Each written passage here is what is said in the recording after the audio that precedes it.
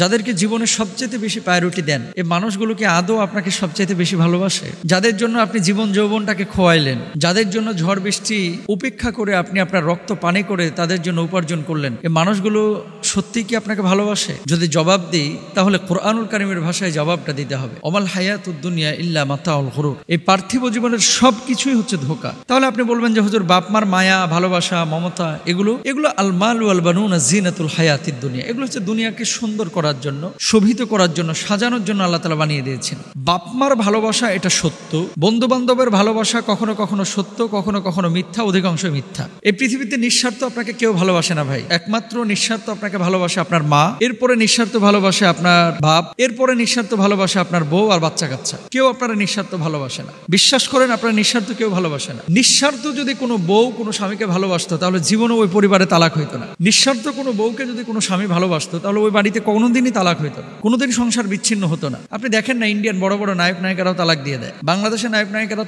তালাক দিয়ে দিচ্ছে, তাই না? কেন? ভালোবাসার খালি ওপরের ফ্রেমটা দেখি, রূপটা দেখি, আন্তরিকভাবে আসলে ভালোবাসা স্বার্থ ছাড়া কেউ বাসে না। আপনি আপনার বন্ধুর কথা বলছেন, 5 দিন আপনার বন্ধু হোটেলে বিল দিচ্ছে, 6ষ্ঠ দিন আপনি বিল দিয়েন না, দেখবেন আপনার সাথে আর ভিড়বে না, প্রতিদিন এসে খাওয়া যায়, কয়দিন খাওয়াবো এইভাবে। বিপদে পড়েছেন, 20,000 টাকা ঋণ চেয়েছে, আপনি আপনার বন্ধুকে দিতে পারেন নাই, কোনো কারণে মিস হয়েছে, দেখবেন 3 দিন পর আপনার ফোনই ধরবে না, অথবা আপনার নাম্বারটা ব্ল্যাক লিস্টে ফেলাই দেবে। কারণ কি? পান নাই তার কাছ থেকে কিছু। আর আপনি যদি আপনার বন্ধুটাকে চিনতে চান তাহলে যান জেলখানায়। জেলখানায় যাওয়ার পরে দেখবেন, আমরা দেখেছি অনেক আলেম ওলামা জেলখানায় যায়, তার কাছের যে বন্ধুটা, এই বন্ধুটাও তার বাড়িতে খবর নেয় না। কেন নেয় না? এখানে একটা কারণ আছে। কারণটা হচ্ছে, চিন্তা করে আমি তাকে দেখতে গিয়ে না জানে কোন দিক দিয়ে ফাইসা যায়, না জানে কোন দিক দিয়ে ফেসে যায়। তার মানে কি? এই পৃথিবীটা বড় স্বার্থপর, এই পৃথিবীটা বড় কঠিন জায়গা। এই পৃথিবীটা, যখন আপনি এসেছেন পৃথিবীতে একা এসেছেন, আপনার সাথে কেউ আসে নাই, মায়ের গর্ভ থেকে একা এসেছেন। আর যখন আপনি এই পৃথিবী থেকে বিদায় নিয়ে চলে যাবেন তখন কিন্তু আপনি একাই যাবেন। তাহলে কি নিয়ে যেতে হবে? আল্লাহ রাসূল সাল্লাল্লাহু আলাইহি ওয়াসাল্লাম বলছেন, ওই যে 4 পায়া পালকিটা দেখা যায় মসজিদের, খাটিয়া, এই 4 পায়া পালকিতে করে যখন আপনাকে কবরস্থানে নেওয়া হবে, 3টা জিনিস আপনার সঙ্গে যাবে, আহলুহু ওয়া মালুহু ওয়া আমালু,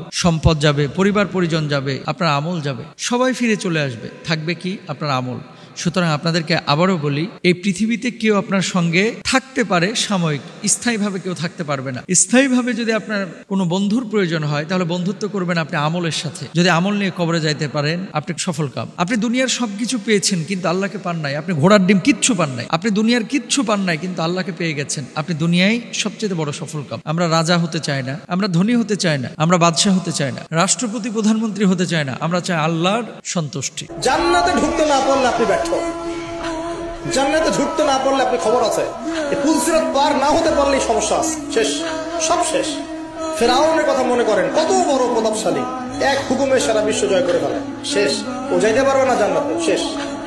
আর এখানে একজন ভ্যান চালক বেচারা 5 ওয়াক্ত নামাজ পড়ে, রমজান মাসে রোজা রাখে, সাধ্যমতো দান সদকা করে, হালাল খায়, মরে গেলে যদি জান্নাতে চলে যায় ও